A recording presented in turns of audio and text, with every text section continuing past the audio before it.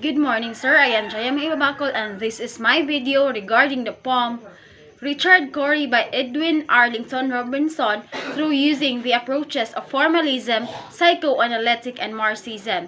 So what is the effect made in the last stanza of the poem? They look up to him literally and figuratively. They want to be him. Furthermore, this build-up of Richard Cory's character allows the last line to have a huge impact. The impact and irony of the last line is used to emphasize Robinson's point that looks can be deceiving and to give the poem an ironic tone in the end. Explain the real theme of the poem. The poem Richard Cory shows that wealth, popularity, and success do not really associated to personal happiness and fulfillment of someone. In addition, the poem also presents that appearances can be deceiving. We cannot tell just by looking at another person what they are going through or dealing with personally and privately. Next question, discuss the chief irony of the poem. Richard Cory powerfully illustrates how situational irony can be employed. With his wealth and good manners, Richard Cory is a subject to envy, with many wishing they could trade places with him. However, Richard Cory's tragic, unforeseen suicide is an example of situational irony.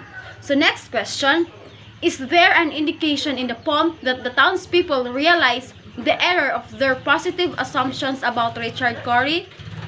So the townspeople see Richard Cory as attractive and wealthy, modest and personable, everything that people want to have and be. They basically thought that he was everything to make them wish that they were in his place. They envy him and desire his life. So the next question is discuss the narration of the poem. So a narrative poem which is entitled Richard Cory is the story of a man who seems to have it all. The people of the town who are clearly of a lower financial class place Richard Cory on a pedestal. They look up to him and want to be just like him. In the end, though, they learn a valuable life lesson. Richard Cory kills himself, showing the people of the town that some things can be purchased and that looks can be deceiving. Moreover, the author uses entrailing descriptions of the main character that is admired and envied by people.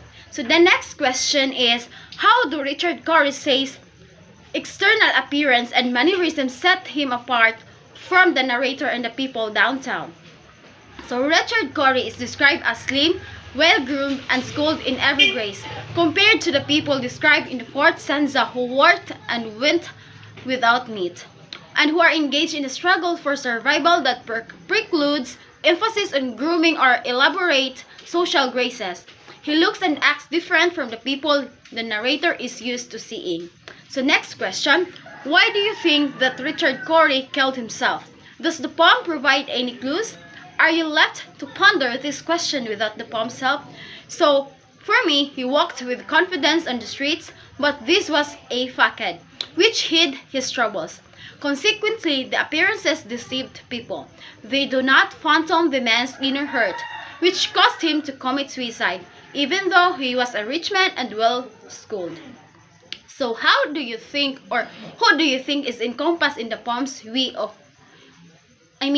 of we? What's the effect of his collective voice? So this we encompasses the people who live downtown. For instance, we can interpret this we in two ways. First, we can see the speaker that we as a kind of Greek chorus, or a whole bunch of people joining together and speaking as one voice.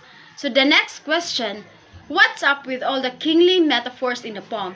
So, why does the voice of the poem focus so much on Richard Cory's regal nature? So, Robinson says that Cory was richer than a king and he glittered when he walked. So, these statements are not literal, but they create an image of nobility and privilege. And because Cory kills himself for some unspecified reason. So, the last question states that, why do you think that the poem ends so abruptly with Richard Cory's death? Why doesn't the poem reflect on it at all? So, for me, it is to imply that some people commit suicide with no warning in order to show that some look happy outside but lonely inside. So that's all.